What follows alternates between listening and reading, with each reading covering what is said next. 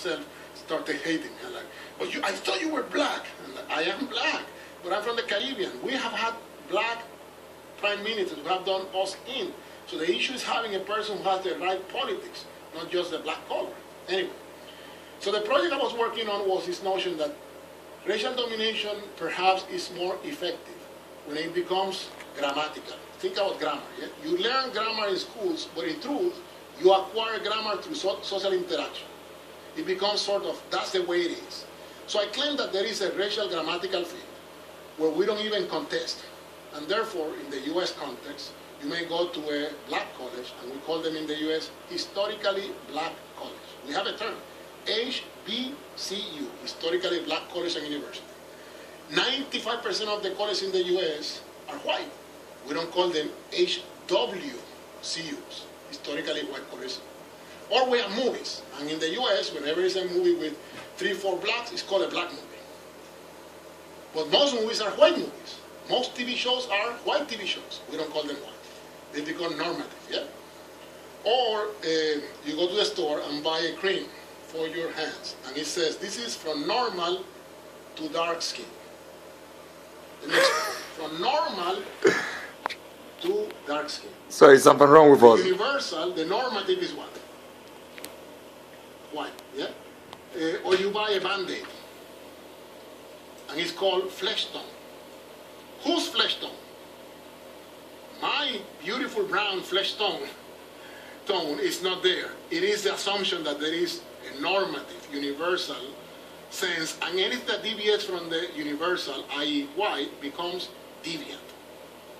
So you have normal, etc. Anyway, so in that project I then talk not just about these seemingly silly things. I talk about things like child abductions. So in the US, the stories on child abductions on TV, and we're talking about things that are important because people can, if a child is stolen and the story of a minority child is not presented on TV, the likelihood of that child to be discovered decreases, yeah? So in the presentation of the stories, also children of color who are very likely to be abducted are because they are not normative. And the producers of the show say the audience will not relate. Again, the grammatical field. The grammatical field of what is normative, what is allowed. What is viewed as universal, what is viewed as particular. Does that relate to Sweden? Yeah, let's open up for some questions from the audience. I have more questions, but please.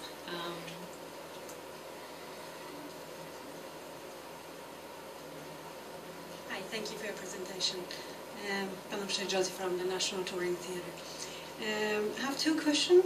One is regarding the post-racial minority politician, and I'm wondering if you believe that there is a strategy, a consciousness behind these so-called post-racial politicians to more go for, to go on an evolutionary path rather than a revolutionary path when it comes to get to power.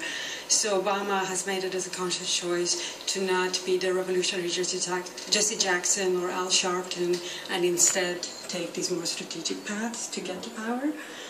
And then the second question was, you were talking about the deportation, and I was wondering, those laws, aren't they more state-based rather than federal-based? So how much does Obama or the White House in general have? The second one is easier. The deportation is a federal business. Yeah. Now, there is a discussion in the U.S. about states wanting to behave like the federal state. Okay? That is true. But the deportations are mandated and controlled by the federal government. The immigration service is controlled by the federal government. So the 400,000 is not that Arizona or Texas or North Carolina deport. It is a state. Okay, the first one is somewhat complicated, but I have to give you the sort of a little bit of the history of the U.S. The political parties in the U.S. are absolutely under the control of the elite. The bourgeoisie controls both parties. Segments of the bourgeoisie go and put money. Actually, both the more conservative segments of the bourgeoisie and the more liberal, they split their pay. If you look at campaign donations, some corporation may say, okay, I'm going to give 70% of my money to the Republicans. They still give 30% of their money to the Democrats. Why would you do that? Hedging your bets. You're always going to be connected to whoever wins. Yeah? How does that connect to Obama? Obama was elected through that process. Therefore, the idea that, and I heard that during the 2-8 campaign, people telling me, Eduardo, he has to be quiet on race because his first task is get elected. Once he's elected, then he can be more radical. Well, now we have 4 years of data, and guess what? He wasn't. So in 2012, this last year, basically people have been telling me, well, he had to be strategic. He didn't do much in the first 4 years on the race front. But now, because he's outgoing and he doesn't have to be re-elected, now he's going to go radical on race. Yeah, right. Can I bet? Shall I do like Mitt Romney? I bet $10,000, which I have right here in my pocket, that in the next 4 years, Obama is not going to do much, not only on race, but on progressive politics. Again, if I ask American audiences, and I ask audiences in Europe, how much did we know about Obama as a person, as a politician, before 2-8? Let's be honest. Very little. Am I right? So we didn't do due diligence. This is not Jesse Jackson, this is not even Bill Clinton, which we had a sense, yeah? With Obama, we knew nothing. So what we knew was what the media and his handlers wanted us to know.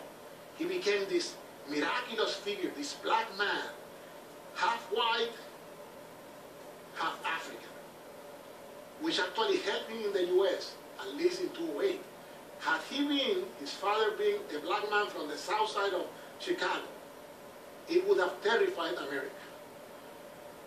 In the US, having an African parent is better than having an African-American parent. Now, later on that switch, yeah, that's part of the struggle of race in the US. Things are always mutating and changing. Yeah? So I think that us expecting